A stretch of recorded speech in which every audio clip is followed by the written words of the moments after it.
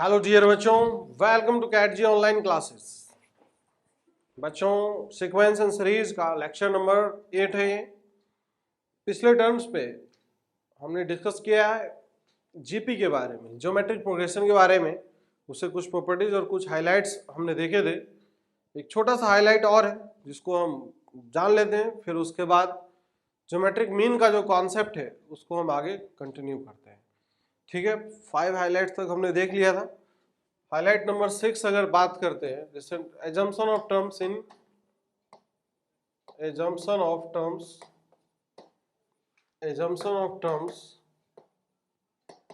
In GP. जैसे AP में हमने टर्म्स को एज्यूम करना सीखा था, उसी प्रकार से जीपी में टर्म्स को एज्यूम करने का क्या फायदा होगा, है ना, वो चीज हम देखते हैं। सिंपल सी बात है, कुछ इसमें टफ चीज नहीं है। जैसे 3 टर्म्स को एज्यूम करना हो, 3 टर्म्स एज्यूम करना हो तो एक टर्म ऐसे ले लीजिए ए, फिर अगला टर्म ए आर ले लीजिए और फिर इसका पिछला टर्म ए बाई आर। तो इसका फायदा क्या होगा इसको एज्यूम करने का इस प्रकार से?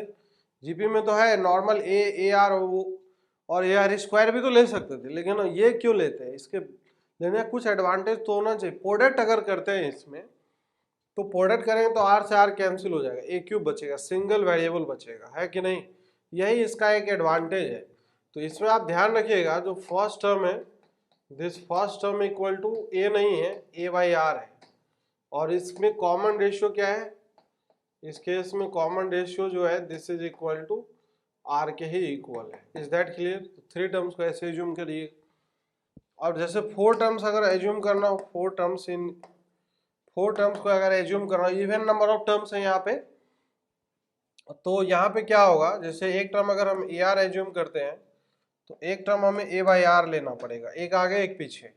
और फिर अगला टर्म ए आर क्यूब अगर लेते हैं तो इसका जस्ट पिछला टर्म क्या हो जाएगा? ए बाई आर क्यूब हो जाएगा। क्या ये सही है? देखिए आप ध्यान से, इसका कॉमन रेशियो कितना है? What is the common ratio? तो कॉमन रेशियो जैसे आर स्क्वायर से मल्टीप्लाई करेंगे ये आएगा, इसमें आर स्क्वायर से मल्टीप्लाई करेंगे ये आएगा, आर स्क्वायर से मल्टीप्लाई करेंगे ये आएगा। तो कॉमन रेशियो इसमें आर स्क्वायर है ना? तो first term a by r cube है, ध्यान रखिएगा, यही सब गलतियां होती है इसमें। अगर बात करते हैं तो फर्स्ट टर्म इक्वल टू क्या हो जाएगा? This is a by r cube हो जाएगा। और अगर बात करते हैं कॉमन रेशियो क्या होगा? कॉमन रेशियो, तो common ratio is equal to r square है कि नहीं? तो ये 4 टर्म्स इन जीपी ऐसे एज्यूम करिएगा, अब 3 टर्म्स ऐसे और 4 टर्म्स इस प्रकार से, सही है। 5 टर्म्स अगर एज्यूम करना हो तो 5 टर्म्स भी एज्यूम कर सकते हैं। जैसे 5 टर्म्स का अगर एजम्पशन करना हो, 5 terms in GP, 5 terms in GP assume करना हो तो किस प्रकार से होगा? जैसे बीच में एक टर्म ए ले लेते हैं, इसका अगला टर्म क्या होगा? ए आर होगा, इसका अगला टर्म ए आर स्क्वायर होगा, इसका पिछला टर्म क्या होगा? ए बाई आर होगा, इसका और पिछला टर्म क्या होगा? ए बाई आर स्क्वायर हो जाएगा। इस प्रकार से होगा, है कि नहीं? तो कुल मिला के यहाँ पे हमें दिख रहा है 5 टर्म है। 6 टर्म्स अगर मानना हो तो आप मान सकते हो, खैर 6 टर्म्स का उतना जरूरत नहीं पड़ेगा, लेकिन अगर मान लो जरूरत पड़ जाए तो अगर एज्यूम करना ही हो तो एक टर्म आगे मानिए, एक टर्म इसके पीछे मानिए, है कि नहीं? सिमेट्रिक ऑर्डर में चलते जाना है। फिर आगे एक टर्म लो तो क्या हो जाएगा? ए आर क्यूब हो जाएगा। फिर पीछे एक टर्म अगर लेंगे तो क्या हो जाएगा? ए बाई आर क्यूब हो जाएगा, है कि नहीं? फिर एक टर्म अगर आगे लेंगे तो ए आर की पावर 5 होगा, और यहाँ पे पीछे अगर एक टर्म आएंगे तो ए आर की पावर 5 आएगा। सही बात है कि नहीं? तो यहाँ पे आप ध्यान से देखो कि ये 6 टर्म है, 6 पीछे की तरफ है, 6 आगे की तरफ है, मतलब इसके रिस्पेक्ट में अगर बात करते हैं तो हमें यहाँ पे फर्स्ट टर्म ये है, कॉमन रेशियो इसमें आर स्क्वायर है। अगर इवन नंबर ऑफ टर्म्स मान रहा हो तो इस प्रकार से मानेंगे, ऑड है तो यहाँ पे बीच में एक मिडिल टर्म आएगा, ए के रेस्पेक्ट में आगे और पीछे चले जाइए। सबका एडवांटेज यही है कि प्रोडक्ट करने पे एक वेरिएबल आर का टर्म कैंसिल आउट हो जाएगा, सिर्फ ए बचेगा। तो आप क्वेश्चन जैसे एपी में बनते थे उसी प्रकार से इसमें भी बन जाएगा। तो नेक्स्ट टॉपिक पे हम आगे बढ़ते हैं। जैसे ज्योमेट्रिक मीन का जो कॉन्सेप्ट है, ज्योमेट्रिक मीन के कॉन्सेप्ट पे हम स्विच करते हैं। तो late us see the geometric mean concept. Geometric mean concept, geometric mean का जो कॉन्सेप्ट है बच्चों, ज्योमेट्रिक मीन का कॉन्सेप्ट क्या है? जिस प्रकार से अर्थमेटिक मीन का कॉन्सेप्ट था उसी वैसा ही इसमें ज्योमेट्रिक मीन का कॉन्सेप्ट है। तो यहाँ पे सबसे पहले हम ये समझेंगे कि inserting n geometric means n geometric means between the two numbers a and b, between the two numbers between a and b, a and b, सही है। तो n ज्योमेट्रिक मीन्स इंसर्ट करने का पहले मतलब क्या है, मतलब लिखते हैं। तो इसका मतलब ये है कि ये जो नंबर a है, मान लेते हैं g1 है, फिर उसके बाद g2 है, फिर उसके बाद g3 है, फिर g4 है, और इसी प्रकार से ये सब gn है और ये b है। तो ये जीपी में होगा, आर इन जीपी होगा, है कि नहीं, एक जीपी में आ जाएगा टर्म्स। अगर ये जीपी में टर्म्स है तो आप समझिए कि अगर इंसर्टिंग एन ज्योमेट्रिक मीन्स, तो अगर ये सारे टर्म्स जीपी में है, समझिएगा ध्यान से, अगर ये जीपी में है तो इसका मतलब क्या है, इसमें टोटल नंबर ऑफ टर्म्स कितने हैं, how many total number of terms are there. तो यहाँ से यहाँ तो एन टर्म्स हो गए, है ना, और एक टर्म ये होगा और एक टर्म ये होगा, तो इसका मतलब total number of terms n+2 हो गया। तो लास्ट टर्म nth टर्म का जो फॉर्मूला अगर वो लगा ले तो यहाँ पे हो जाएगा b इज इक्वल टू क्या हो जाएगा, a into this is r की power n+2 minus of 1।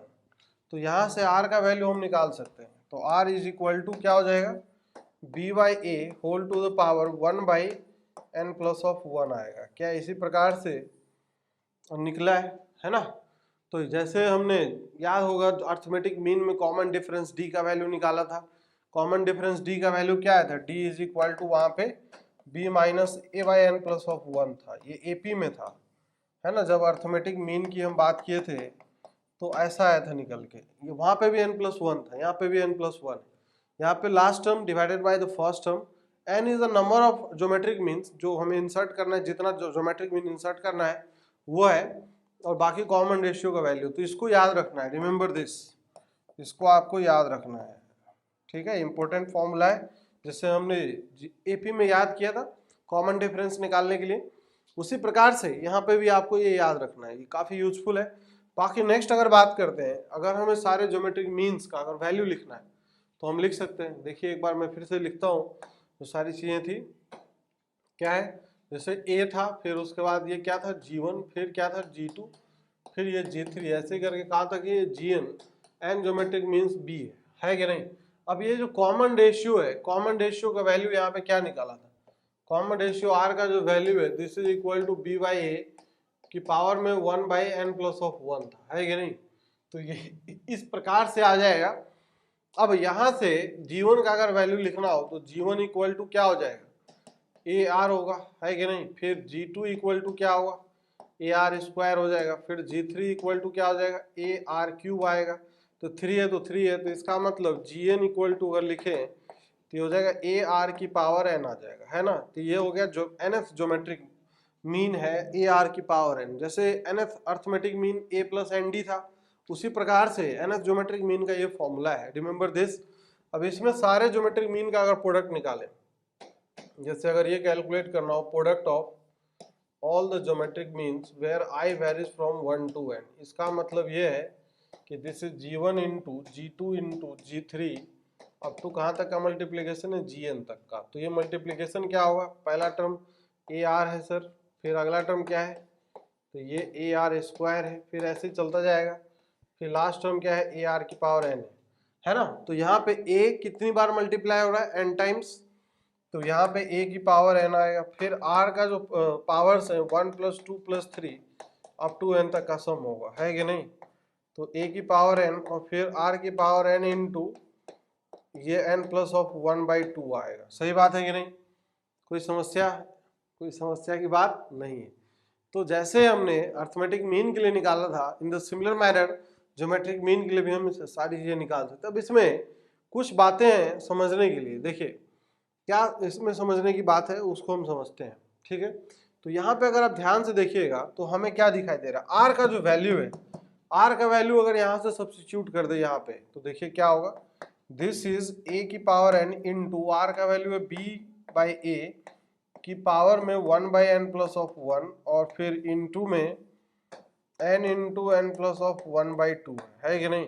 n+1 और n+1 कैंसिल आउट हो जाएगा और ये जो निकल के आएगा दिस इज इक्वल टू ए की पावर ऑफ n इंटू में क्या होगा, ये हो जाएगा b की पावर n/2 और फिर क्या हो जाएगा यहाँ पे a की पावर n/2। तो दिस इज इक्वल टू ये हो जाएगा a की पावर n/2 इंटू b की पावर n/2 हो जाएगा। सही बात है कि सत्य वचन है। अब इस फॉर्म में लिखने का इम्पोर्टेंस क्या है ये देखिए कि ये जो प्रोडक्ट निकल के आ रहे हैं सारे product of all the geometric means g i where are i varies from 1 to n, this is equal to, ये हो जाएगा a की पावर 1/2 इंटू बी की power 1/2 whole to the power n, और ये क्या है अंडर रूट ऑफ g है, मतलब g है, this is a single geometric mean, under root A B है, g की पावर n हो जाएगा where g equal to under root of A B. तो हमेशा ये चीज ध्यान रखना है कि product of all the geometric means is equal to, है कि नहीं, तो एक सिंगल ज्योमेट्रिक मीन की पावर में n आ जाएगा, है कि नहीं। तो this formula is important, product of all the geometric means where I varies from 1 to n, this is equal to g की power n, where g is the single geometric mean, where g equal to single geometric mean।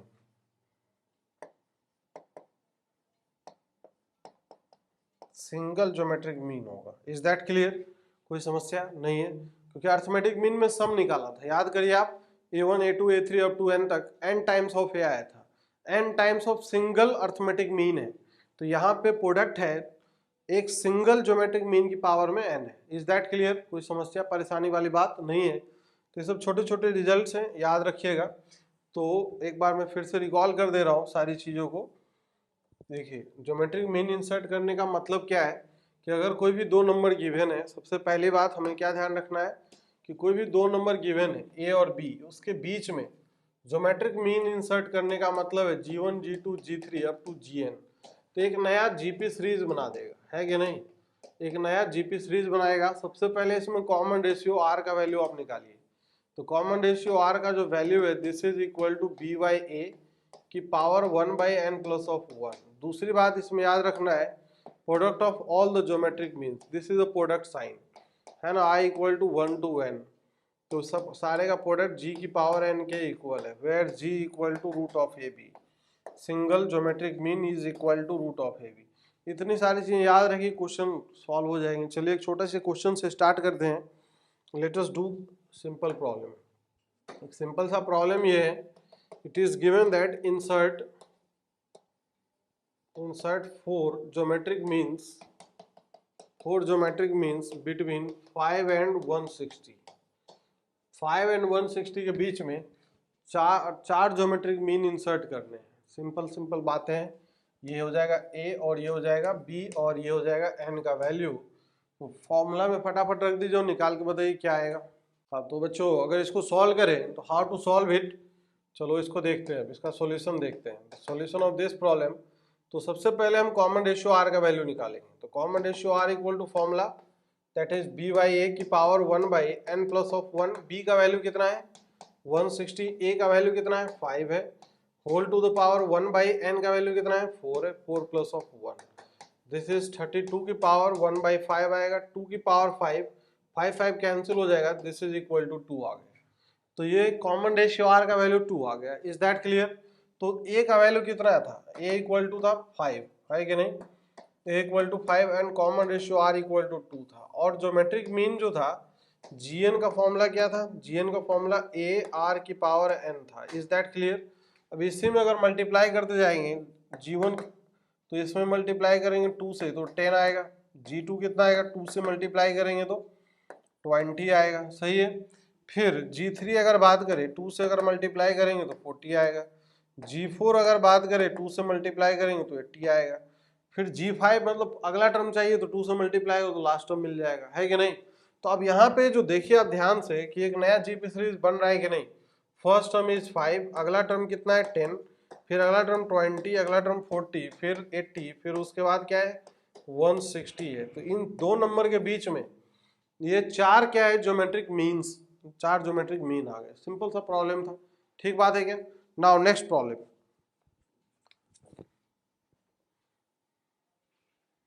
Next question ये given है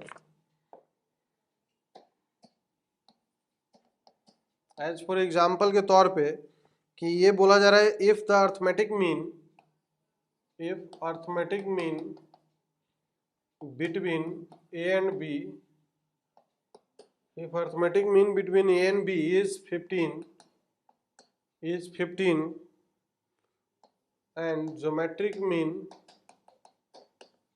between A and B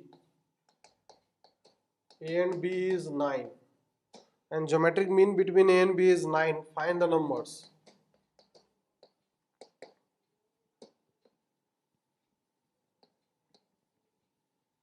numbers find करने, simple सा question है, आप एक बार try करके देखिए कैसे क्या होगा नहीं होगा, किस तरीके से अटेम्प्ट करेंगे। बहुत सिंपल प्रॉब्लम है, दो नंबर है, दोनों का अर्थमेटिक मीन गिवन है और ज्योमेट्रिक मीन गिवन है, हमें नंबर्स कैलकुलेट करने कि नंबर्स होंगे क्या। ठीक है, तो चलिए आप अटेम्प्ट करिए, बहुत ही सिंपल प्रॉब्लम, बहुत ही छोटा सा प्रॉब्लम है, आप जल्दी से आंसर दे सकते हो। ठीक बात है, तो आप वीडियो पॉज करके मेरे ख्याल से प्रॉब्लम अटेम्प्ट कर लिए होगे बच्चों। Now let us solve it. इसको अगर सॉल्व करेंगे तो जैसे दो नंबर है ए एंड बी, तो ए एंड बी का अर्थमेटिक मीन क्या होगा, तो अर्थमेटिक मीन अगर लिखेंगे तो a plus of b by 2, this is equal to कितना गिवन है, 15 गिवन है, सही है। एंड ज्योमेट्रिक मीन अगर बात करते हैं तो ज्योमेट्रिक मीन क्या होगा, under root of A B होगा, है कि नहीं। तो यहाँ से इसका जो वैल्यू है this is equal to 9 given है। अब यहाँ से इक्वेशन क्या बन जाएगा, that is A plus of B equal to 30 आ जाएगा, सही है। एंड a इंटू बी का जो वैल्यू है दिस इज इक्वल टू 81 आ जाएगा, सही बात है। अब दो नंबर हमें ऐसा चाहिए जिसका सम 30 हो और जिसका प्रोडक्ट क्या हो 81 हो जाए। तो हिट एंड ट्रायल से अगर निकल जाए तो वेल एंड गुड, नहीं निकले तो फिर सॉल्व करिए, आप सॉल्व भी कर सकते हो। हमें ऐसा लग रहा है कि ए का वैल्यू जैसे अगर हम ले लें 27 और बी का वैल्यू ले ले 3, सेटिस्फाई कर रहा है दोनों इक्वेशन को बिल्कुल। या ऐसा हो सकता है कि a इक्वल टू 3 ले ले एंड b इक्वल टू 27 ले ले, तो यही इसका सॉल्यूशन आ जाएगा। कई बार इंट्यूशन से भी हमें दिख जाता है कि क्या सॉल्यूशन आ रहा है, सॉल्व करने की आवश्यकता नहीं है, समय बचाना हमारा ज़्यादा इंपॉर्टेंट है एग्जाम में। या तो इंट्यूशन से दिख जाए सॉल्यूशन क्या है, या अगर ना दिखे तो फिर सॉल्व कर लिए। सॉल्व करना होता तो कैसे, b का वैल्यू 81 बाई ए यहाँ पे रखते, क्वाड्रेटिक बनता, सॉल्व करते, a का वैल्यू आते और एक ही यही दोनों रूट होते 27 और 30, करके देखिए आप, आएगा आंसर, बिल्कुल आएगा, सही बात है। चलिए हम नेक्स्ट प्रॉब्लम पे मूव करते हैं। Now next problem is there,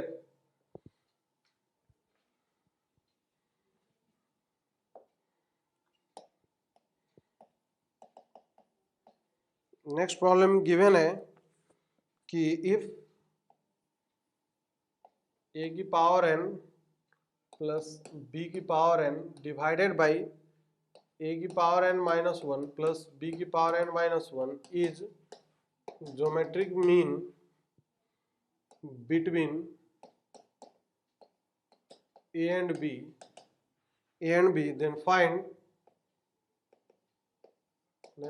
the value of n, n का वैल्यू फाइंड आउट करना है, सही बात है क्या। अगर दोनों का ज्योमेट्रिक मीन है, जैसे a और b का ज्योमेट्रिक मीन इसके इक्वल है, तो n का वैल्यू क्या होना चाहिए, चलिए इसको निकाल के बताइए, ठीक बात है क्या। हाँ तो बच्चों आपने सॉल्व किया होगा, वेल एंड गुड, बहुत बढ़िया।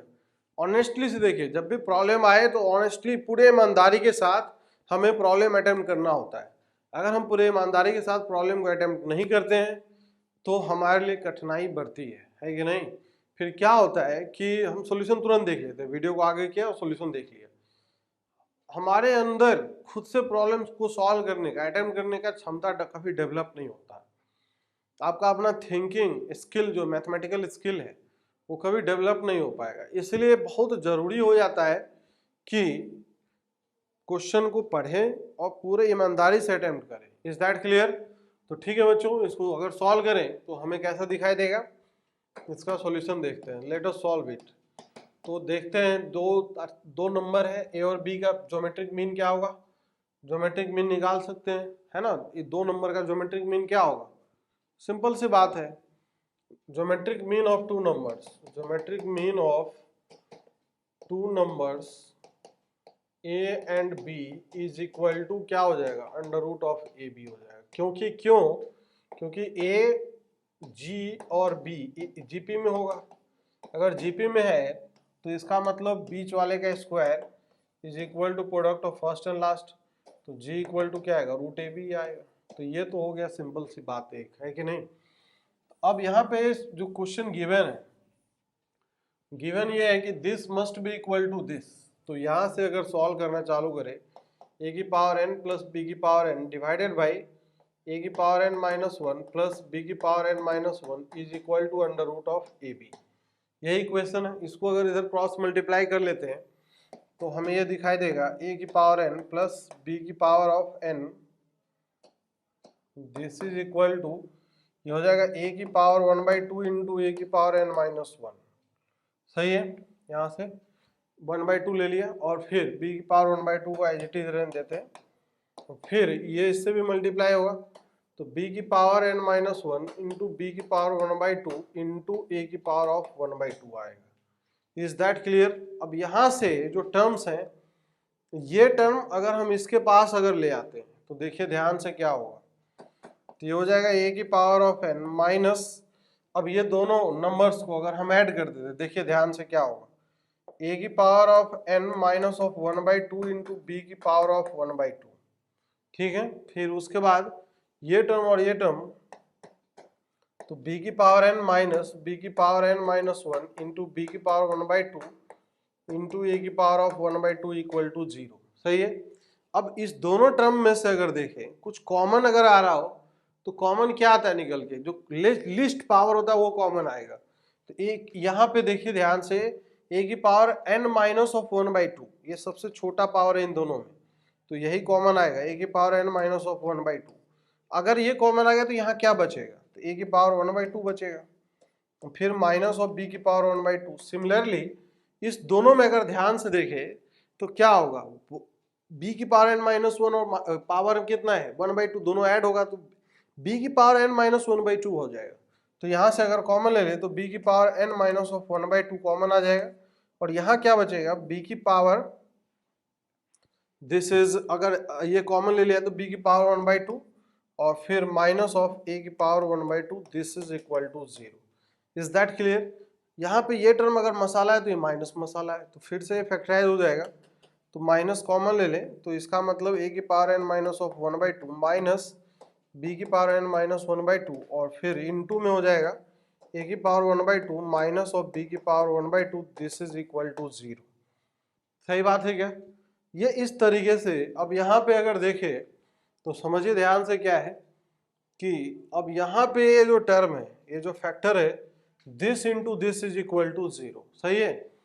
तो अब ये या तो ये 0 होगा या तो ये 0 होगा, तो अगर दो अलग अलग नंबर है तो इसका मतलब ये है कि a is not equal to B है, a is not equal to B है, तो इसका मतलब इसी को 0 होना पड़ेगा, तो इसको 0 होना पड़ेगा, तो इसका मतलब a की power n minus of 1/2 is equal to b की पावर n माइनस 1/2, इसको इधर ले आए तो ये हो जाएगा a बाई बी की पावर में क्या हो जाएगा n minus of 1/2 equal to 1।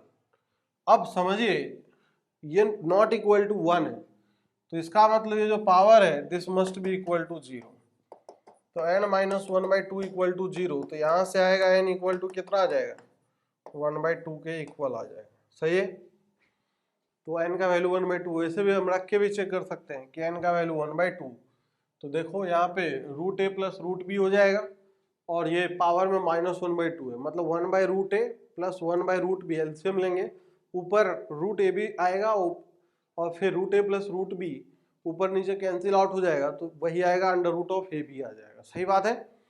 तो बिल्कुल जस्टिफाइड है। इस तरीके क्वेश्चन हमने अर्थमेटिक मीन में भी किया था, वहां पे क्या आया था एन का वैल्यू, एन का वैल्यू आपको याद करिए, एन का वैल्यू 1 आया था वहां पे, है ना, कि ये नंबर अर्थमेटिक मीन बन जाए तो उसके लिए एन का वैल्यू 1 आया था। ये नंबर जब ज्योमेट्रिक मीन बन जाए ए और बी का तो एन का वैल्यू 1/2 आया, सही है। चलिए now next,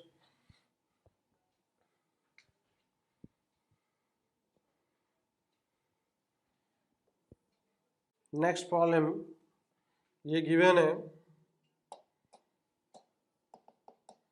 it is given that if the sum of the two numbers, if sum of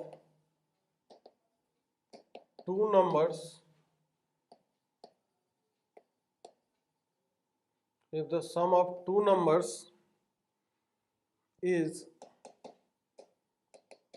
n times their geometric mean, n times their geometric mean ठीक है, then so that their ratio is ये n plus under root of n square minus 4 is to this is n minus under root of n square minus of 4। तो यहाँ पे बोला ये जा रहा है कि अगर दो नंबर्स हैं तो दोनों नंबर का सम जो है a प्लस बी, अगर मान लेते दो नंबर है तो दोनों का a plus B is equal to n times of their geometric mean, मतलब n times of under root A B.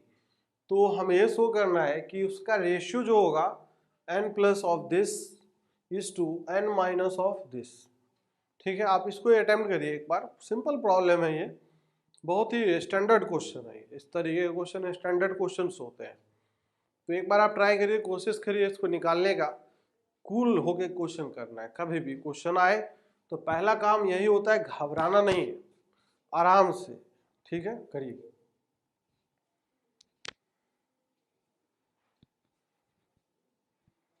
हाँ तो बच्चों आपने इसको अटेम्प्ट किया होगा, वेल एंड गुड, बहुत बढ़िया।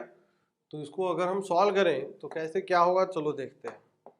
तो इसका सॉल्यूशन, तो दो नंबर का जो सम है a plus b equal to n times of their geometric mean, तो under root of A b आएगा। इसको अगर हम इस तरफ लेके आए तो ये दिखेगा a plus B divided by under root of A B, this is equal to n। दोनों तरफ अगर हम स्क्वायरिंग कर ले तो ये हमें दिखेगा a plus B divided by इसका ऊपर होल स्क्वायर और ए बी होगा, this is equal to n square आएगा। सही है। अब यहाँ से अगर हम दोनों तरफ डिवाइडेड बाई 1 है, 4 से अगर नीचे दोनों तरफ मल्टीप्लाई कर ले तो ये हो जाएगा a प्लस बी का whole square divided by 4ab is equal to this is n square by 4। अब 4 से क्यों मल्टीप्लाई किया है, उसका लॉजिक है, लॉजिक ये है कि अगर हम इसको ऊपर माइनस कर ले तो ये माइनस बी का होल स्क्वायर टाइप से बनेगा, ये है कि नहीं। अब जैसे यहाँ पे जैसे ये बन जाएगा तो उसका फायदा मिलेगा, क्योंकि एक इक्वेशन ये ऑलरेडी अपने पास नोन है। तो देखिए अब हम इसमें कंपोनेंडो लगाते हैं। कंपोनेंडो एंड डिविडेंडो आपको अगर याद होगा तो ऊपर वाले को नीचे वाले से माइनस करते हैं। तो यहाँ पे प्रॉपर्टी लगाते हैं, कंपोनेंडो एंड डिविडेंडो का जो प्रॉपर्टी था, तो यहाँ पे पहले माइनस से दोनों तरफ मल्टीप्लाई करते, तो सिर्फ एक कंपोनेंडो लगाते हैं तो ऊपर वाला प्लस नीचे वाला, तो ये क्या हो जाएगा, this will be a plus B का whole square minus of 4ab, ठीक है, अपॉन नीचे माइनस ऑफ 4ab, और जो ऑपरेशन नीचे हुआ है वही ऑपरेशन ऊपर भी होगा। तो ये n square minus of 4 divided by minus of 4, minus minus cancel out कर दिया। सही है। अब ऊपर देखिए क्या बन गया, a माइनस बी का होल स्क्वायर, तो इसका मतलब a माइनस बी का ये होल स्क्वायर नीचे divided by 4ab, this is equal to n square minus of 4 by 4। 4 से 4 अब कैंसिल कर दे, फिर रूट ले लेते हैं, तो a minus of B upon में दिस इज नीचे क्या हो जाएगा, this is root A B is equal to under root of n square minus of 4 by 1, this is the second equation.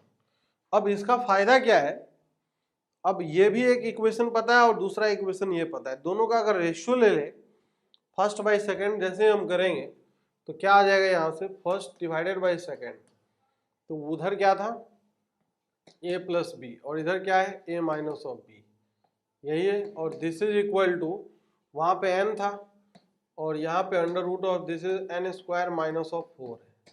अब हमें रेशियो चाहिए था तो फिर से कंपोनेंडो एंड डिविडेंडो लगा देते हैं, सी एंड डी, ऊपर वाला प्लस नीचे वाला, तो ये हो जाएगा ऊपर वाला प्लस नीचे वाला, दिस इज 2a, ऊपर वाला माइनस नीचे वाला, दिस माइनस ऑफ दिस, तो कितना आ जाएगा 2b आ जाएगा, और यहाँ पे भी वही काम होगा, तो this will be n plus under root of n square minus 4, और ऊपर वाला माइनस नीचे वाला, तो n minus under root of n square minus of 4, 2 से 2 कैंसिल आउट हो गया, तो रेशियो जो है a by B equal to under root of this is n plus under root of n square minus of 4, और फिर नीचे ये n minus under root of this is n square minus of 4। Is that clear, कोई समस्या है क्या? तो बहुत ही आसानी से हमने इस प्रॉब्लम को सॉल्व किया है। तो इस तरीके से आप कर सकते हो, अलग अलग टेक्निक है, और भी बहुत सारे टेक्निक होते हैं क्वेश्चन को अप्रोच करने के, कोई ज़रूरी नहीं है कि जिस टेक्निक से हमने सॉल्व किया उसी टेक्निक से ही सॉल्व होगा, आपका अपना अप्रोच भी हो सकता है। अपना अप्रोच ज्यादा मायने रखता है। ठीक बात है क्या? चलिए नेक्स्ट अगला प्रॉब्लम पे हम मूव करते हैं।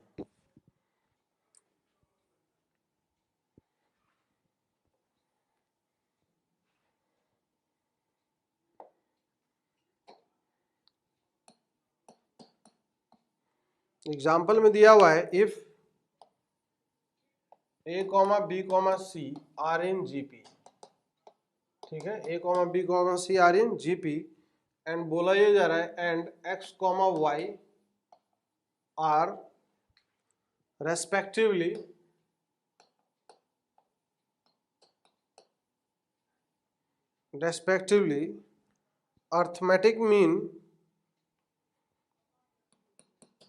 arithmetic means between a comma b and b comma c.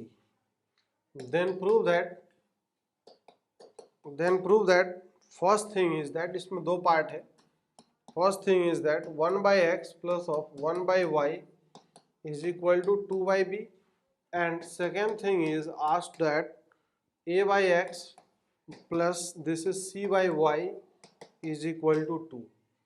तो बोला जा रहा है 3 नंबर है ए बी सी किस में, जीपी में, और X comma Y are respectively arithmetic means between A and B, मतलब एक्स जो है अर्थमेटिक मीन ए और बी का है।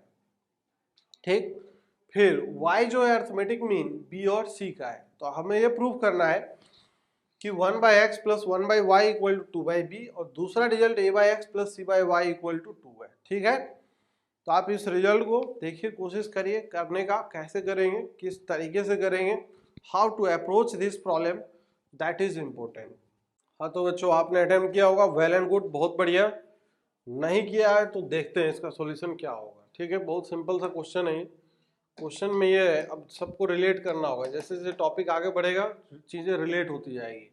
तो सबसे पहली बात, जो जो बोला जा रहा है वैसे वैसे करते जाना है कि A B C 3 numbers in GP है। तो मान लेते हैं ए पहला नंबर ए है, फिर अगला नंबर ए आर, फिर अगला नंबर मान लेते हैं ए आर स्क्वायर, मतलब ये बी हो जाएगा और ये सी हो जाएगा। पहला कंडीशन सेटिस्फाई हो गया, जो क्वेश्चन का पहला कंडीशन है, सही है। अब उसके बाद बोला है X and Y are the respectively arithmetic mean between A and B. तो x का जो वैल्यू है a और b का अर्थमेटिक मीन, x का मतलब a plus of b by 2, मतलब ये हो जाएगा a plus of this is A R by 2 हो जाएगा, है कि नहीं। तो यहाँ पे आ जाएगा a by 2 into 1 plus of r। ठीक बात है क्या? इस तरीके से हम कर सकते हैं। नाउ y का जो वैल्यू है y इक्वल टू क्या हो जाएगा, y इक्वल टू हो जाएगा b प्लस e बाई 2 हो जाएगा। तो ये हो जाएगा this is A R plus of this is A r square divided by 2। तो ए आर अगर कॉमन ले लेंगे तो 1 plus of R divided by 2, ये आ गया। अब जो क्वेश्चन का रिक्वायरमेंट है, एक्स वाई सब कुछ निकल गया। पहला वाला पार्ट, फर्स्ट पार्ट देखिए, 1 by x plus 1 by Y. तो 1 बाई एक्स इसका रेसिप्रोकल, तो ऊपर कितना जाएगा, तो ऊपर हो जाएगा 2 by a into 1 plus of R, और 1 अपॉन वाई अगर करेंगे तो ये आएगा this is 2 by A R into 1 plus of R, इस तरीके से आ जाएगा, सही है। अब दोनों टर्म में जो कॉमन है वो कॉमन पहले बाहर निकाल लेते। क्या कॉमन है, देखिए 2 कॉमन है दोनों में, a भी कॉमन है दोनों में, 1 प्लस आर भी कॉमन है, मतलब ये कॉमन आ जाएगा 2 by A into 1 plus of r common आ गया। अब जो बच रहा है यहाँ पे 1, ठीक है, और यहाँ पे क्या बच रहा है 1 plus of this is 1 by R. LCM ले लेते हैं, तो एलसीएम लेंगे 2 by A into 1 plus of R and this is 1 plus of R ऊपर चला गया और नीचे ये आर रहेगा, ये टर्म इससे कैंसिल होगा, तो this is 2 by A are आएगा। तो ए आर किसके इक्वल है, बी के इक्वल है, मतलब 2 बाई बी के इक्वल आ गया, प्रूव हो गया। First part is completed now. तो इस तरीके से अगर हम किसी भी इस टाइप का प्रॉब्लम को अप्रोच करते बहुत जल्दी आंसर आता है। ठीक है, नाउ नेक्स्ट सेकेंड पार्ट में जो बोला जा रहा है, that is second part is asked, second part बोला ये जा रहा है a by x plus c by y का वैल्यू निकालना है। तो ए कितना था, ए ही था, एक्स का वैल्यू यही है, तो ये है a by 2 into 1 plus of r, फिर उसके बाद सी अपॉन वाई है, तो c का वैल्यू क्या है, AR स्क्वायर है। y का वैल्यू कितना है, तो y का जो वैल्यू है दिस इज, यहां से हमने निकाला था इधर, ये this is the y and this is AR/2 और this is 1 plus of r। Is that clear? अब देखिए यहाँ a से a कैंसिल हो गया, a से a कैंसिल हो गया, और यहाँ पे हमें और भी कैंसिल होता हुआ दिख रहा है, r से r भी कैंसिल हो गया, तो ये हो जाएगा 2/1 प्लस ऑफ r और प्लस 2/, और यहाँ पे अगर देखेंगे r ऊपर है और नीचे कितना है 1 प्लस ऑफ r, ठीक है। अब 2 अगर कॉमन अगर ले लें तो ऊपर नीचे, तो ये 1/1 प्लस ऑफ r और plus this is r/1 plus of r, तो ये हो जाएगा this is 2 times 1 plus of r upon this is 1 plus of r, cancel out हो जाएगा, तो this is equal to 2 answer आ जाएगा, है कि नहीं? सही बात है। इस तरीके से हमने इस प्रॉब्लम को अटेम्प्ट कर लिया है। Now let us see one more problem. Question में ये है कि it is given that if tan of π/12 minus of x in, फिर उसके बाद it is given tan of π/12, फिर उसके बाद गिवन है tan of π/12 plus of x are in GP, ये सब जीपी में है, ठीक है। देन फाइंड, ये जीपी में है, then find the sum of, then find the sum of all solutions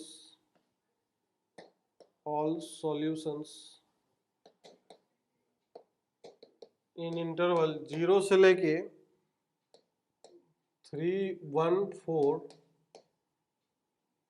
0 से लेके 314, मतलब ये x का रेंज दिया हुआ है 0 से लेके 314, है ना, 314। इस रेंज में x के जो भी वैल्यूज होंगे उस वैल्यू के लिए ये तीन टर्म क्या होना चाहिए, जीपी में होना चाहिए। तो ऐसे ऐसे बहुत सारे x होंगे, तो सारे x जितने होंगे सबका सॉल्यूशन निकालना है, मतलब सम निकालना है, sum of all the solutions in this interval. तो आप इसको ट्राई करिए, बहुत सिंपल सा प्रॉब्लम है ये, बहुत सिंपल प्रॉब्लम है। Trigonometric equation, trigonometric ratios already हम पढ़ चुके हैं। अब टॉपिक क्या होंगे, मिक्स होंगे, इधर उधर आगे पीछे मिक्स होगा, तो इसलिए आप बिल्कुल घबराए नहीं, आसानी से आराम से कूल होके पेशेंस के साथ क्वेश्चन सॉल्व करें, ठीक बात है बच्चों। तो now let us solve this problem. इसको अगर हम सॉल्व करेंगे तो देखिए क्या है, क्वेश्चन का कंडीशन पहले क्या गिवन है। तो solution of this problem, condition ये है कि ये 3 नंबर जीपी में है, तो मिडिल टर्म का square equal to first into last, तो ये हो जाएगा this is tan square of π/12 equal to first that is tan of π/12 minus of x into क्या हो जाएगा tan of π/12 plus of x, यही होगा। Now see here it is that tan square π/12 upon नीचे 1 is equal to this is sin of π/12 minus of x into this is sin of π/12 plus of x, सही है। और फिर नीचे में अगर हम यहाँ पे cos लिख ले, cos of π/12 minus of x into cos of π/12 plus of x, ऐसा क्यों किया? अभी आपको समझ में आया कि ऐसा करने का फायदा क्या है, एडवांटेज क्या है। बहुत अच्छा एडवांटेज है। कंपोनेंडो डिविडेंडो लगाएंगे अब, जिससे कि ये फॉर्मूला बन जाए, छोटा छोटा बने। तो apply componendo and dividendo, C and D. Componendo and dividendo अगर अप्लाई करेंगे तो देखिए यहाँ पे क्या बनेगा। तो ये हो जाएगा tan square π/12 plus of 1, tan square π/12 plus of 1, और नीचे this is tan square π/12 minus of 1, सही है। और यहाँ क्या बनेगा, ऊपर वाला प्लस नीचे वाला, तो cos ए cos b प्लस sin ए sin b, तो cos of a minus b का फॉर्मूला, मतलब दिस माइनस ऑफ दिस, तो ऊपर cos 2x हो जाएगा, ठीक है। और फिर नीचे दिस माइनस ऑफ दिस, तो माइनस अगर कॉमन ले लेंगे तो cos ए cos b, और फिर क्या दिखेगा माइनस sin ए sin b, तो cos of a plus b का फॉर्मूला, तो दिस प्लस दिस अगर करेंगे तो x x कैंसिल होगा, तो cos π/12 π/12, तो दो डबल हो जाएगा इसका एंगल, मतलब this is minus times cos of π/6 हो जाएगा। Is that clear? इसमें कोई आपत्ति नहीं है। नाउ सी हियर, ये जो टर्म है अगर इसको नीचे ले आएंगे तो ये भी हमें अच्छा सा कुछ दिखाई देगा। देखिए हम इसको थोड़ा सा ऐसे करके लिखते हैं, यहाँ पे ले आते हैं इधर। नाउ सी हियर, तो ये हो जाएगा माइनस कॉमन अगर ले ले तो ये पूरा टर्म 1 अपॉन माइनस ऊपर ले जाते हैं, तो 1 minus this will be 10 square pi by 12 upon 1 plus 10 square pi by 12 ये हो जाएगा।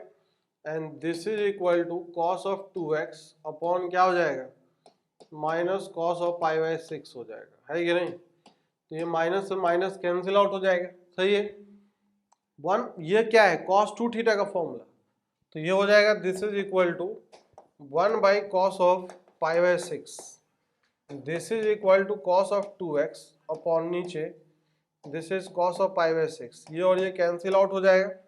अब ये दोनों कैंसिल आउट हो गए तो ये देखिए क्या है cos 2x इक्वल टू 1, तो ये हो जाएगा this is equal to cos of 2x is equal to 1, तो 2x इक्वल टू क्या हो जाएगा 2n पाई हो जाएगा, तो x इक्वल टू क्या आ गया n पाई आ गया।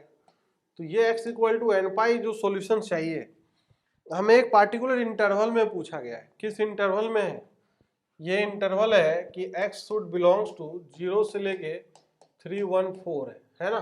तो यहाँ पे सॉल्यूशंस अगर लिखेंगे तो x का वैल्यू 0 आएगा, फिर अगला क्या आएगा पाई आएगा, फिर अगला क्या आएगा 2 पाई, फिर आएगा 4 पाई, फिर क्या आएगा 6, फिर इसी तरीके से 3 पाई आएगा, पहले 3 पाई फिर क्या आएगा 4 पाई, फिर इसी प्रकार से ही चलता जाएगा। कहाँ तक चलेगा ये टोटल जो सॉल्यूशंस हैं दैट इज ये 99 पाई, फिर 100 पाई, फिर 100 0 1 पाई, क्या आगे तक लेना है कि नहीं लेना है। तो ये पाई का जो वैल्यू है उस पर डिपेंड करेगा कि पाई कितना है, पाई का वैल्यू कितना होता है approximate value, pi is approximately 3.141 something, तो 100 पाई अगर करेंगे तो that will be 314.1 something something आएगा। तो मतलब अगर 100 पाई करते हैं तो इस इंटरवल से बाहर चला जाएगा, तो हमें सॉल्यूशन 0 से लेकर 99 पाई तक ही रखना है। तो सबका सम अगर करते हैं सम, तो इसका मतलब ये हो जाएगा this is 0 plus pi plus of 2 pi up to कहाँ तक जाएगा this is 99 pi. Is that clear. अब यहाँ से अगर पाई कॉमन ले ले तो हमें ये दिखाई देगा 1 प्लस 2 प्लस 3 अप टू कहाँ तक का सम है 99 तक का, है ना। तो लगातार n नेचुरल नंबर्स का सम है ये, तो पाई इंटू क्या हो जाएगा n into N plus 1/2, n का वैल्यू 99 रख देंगे तो this is 99 into 100 divided by 2, तो ये इससे कैंसिल हो जाएगा दिस इज 50, तो ये हो जाएगा pi into this is 99 into 50। अब इसको अगर मल्टीप्लाई करना हो तो मल्टीप्लाई कर लीजिए, एज इट इज रखना हो तो एज इट इज छोड़ दीजिए, कोई दिक्कत नहीं है। मल्टीप्लाई अगर करेंगे तो हमें ये क्या दिखाई देगा, तो this will B pi into 5 से अगर मल्टीप्लाई होता है तो 45, और ये कितना आएगा दिस इज 45, 45 प्लस ऑफ 4 49, 4945, तो this will B 49450। Is that clear, कोई समस्या है क्या। तो इस प्रकार से हम इसका सॉल्यूशंस निकाल सकते हैं, ठीक है क्लियर है, कोई इसमें परेशानी वाली बात नहीं है, ठीक है। हाँ तो बच्चों अगर हम मल्टीप्लाई करना चाहें तो मल्टीप्लाई होगा कितना दिखाई देगा, तो this will B pi into क्या होगा दिस इज 5 हो जाएगा, दिस इज 4950 हो जाएगा, है कि नहीं। तो this is the answer of this problem is this. तो इस तरीके से क्या है कि हम प्रॉब्लम को डील कर सकते हैं, ठीक है, कोई समस्या इसमें परेशानी वाली बात नहीं है। एक और क्वेश्चन करते हैं, छोटा सा एक प्रॉब्लम और है जिसको हम करते हैं, चलिए आइए। हाँ तो बच्चों एक और प्रॉब्लम करते हैं, that is the last problem. If a comma b comma c are in GP और फिर उसके बाद बोला जा रहा है and this is log of a base c, फिर उसके बाद है log of this is c base b, फिर उसके बाद है this is log of b base a, this is b base a are in A P. अगर AP में है are in AP then prove that the common difference of AP, then prove that common difference of AP, common difference of AP must be 3/2। ये question है, simple सा problem है, लेकिन problem को deal करने का तरीका, अप्रोच इसका इम्पोर्टेंट है। कैसे हम अप्रोच करेंगे, how to approach this problem is important in this question. तो एक बार आप वीडियो पॉज करिए, अटेम्प्ट करिए, कोशिश करिए। अच्छा क्वेश्चन है ये, ठीक है। फिर हम सॉल्यूशन देखते हैं इसका। तो ठीक है बच्चों, आपने इसको सॉल्व किया होगा, वेल एंड गुड। तो now let us see the solution of this problem. इसका अगर सॉल्यूशन देखें तो बोला जा रहा है A B C are in GP. तो पहले एक नंबर कंसीडर कर लेते हैं ए, फिर उसके बाद ए आर, फिर उसके बाद अगला नंबर क्या होगा, this is A r square. तो ये हो जाएगा बी और ये हो जाएगा सी, सही है। अब फिर जो नंबर्स है, पहले नंबर को ही सिंप्लीफाई कर लेते हैं। तो log of A base C क्या हो जाएगा, तो इसको अगर थोड़ा सा इस फॉर्म में अगर सिंप्लीफाई करें तो log of A base of C, मतलब सी का वैल्यू है ए आर स्क्वायर। तो इसको अगर हम सिंप्लीफाई करने के बारे में सोचेंगे तो इसको हमें रेसिप्रोकेट करना पड़ेगा। तो 1 क्या हो जाएगा, this is log of A r square और to the base of a, this is equal to 1 log a base से कितना आएगा, 1 आएगा। This is 1 plus 2 times this is log of क्या हो जाएगा, आर बेस ऑफ ए होगा, है कि नहीं। नाउ सी हियर, नेक्स्ट जो अगर देखें log of c base b, तो log of c base b क्या होगा, तो सी क्या है, ए आर स्क्वायर, सही है, और बेस बी कितना है, ए आर है। तो इसको सिंप्लीफाई अगर करें तो ए आर इंटू, इसको हम अलग से लिख सकते हैं इस प्रकार से, ए आर इंटू आर। तो दिस इज 1 प्लस, ये हमें दिखेगा, दिस इज क्या दिखेगा, log of R to the base of A R, log of R to the base of A R, सही है। इसको फिर से अगर हम रेसिप्रोकेट करें तो कर सकते हैं। तो this will be like of this 1 plus 1 क्या हो जाएगा, यहां से देखिए ध्यान से, तो ये लॉग ऑफ क्या हो जाएगा, A R to the base of R. तो दिस इज इक्वल टू हो जाएगा 1 plus 1 log of A base R plus of 1 होगा, है कि नहीं। इस प्रकार से हमें दिखेगा सारा टर्म।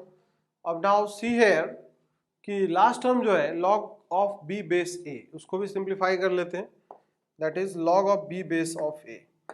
तो log of b base a, b कितना है, ए आर है, और फिर ए है, ए है।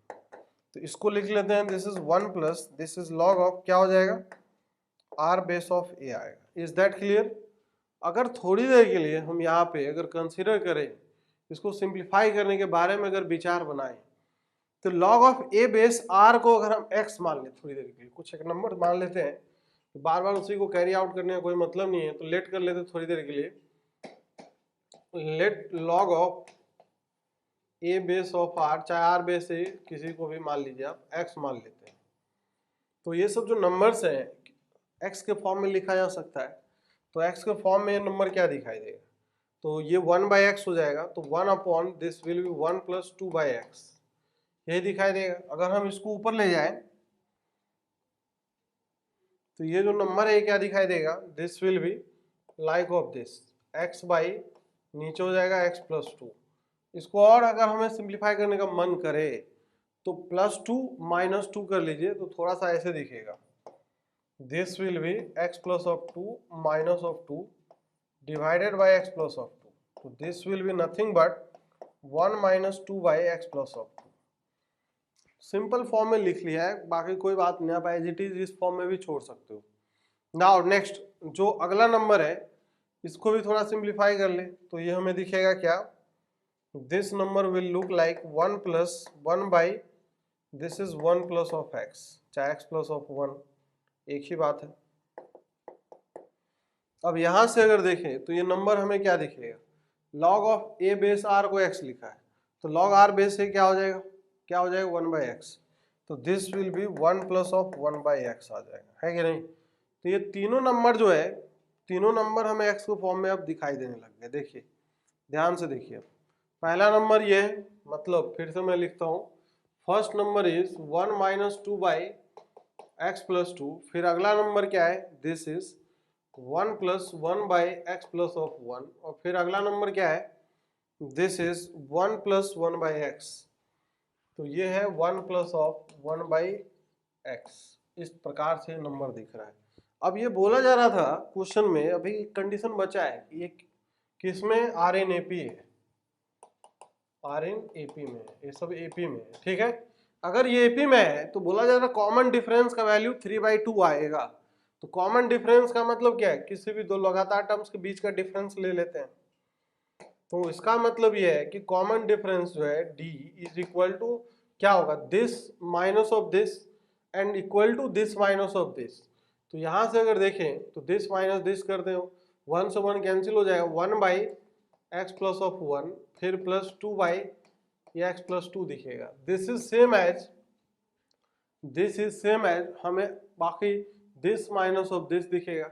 तो इसका मतलब 1 by x minus 1 by x plus of 1, सही है, ठीक बात है।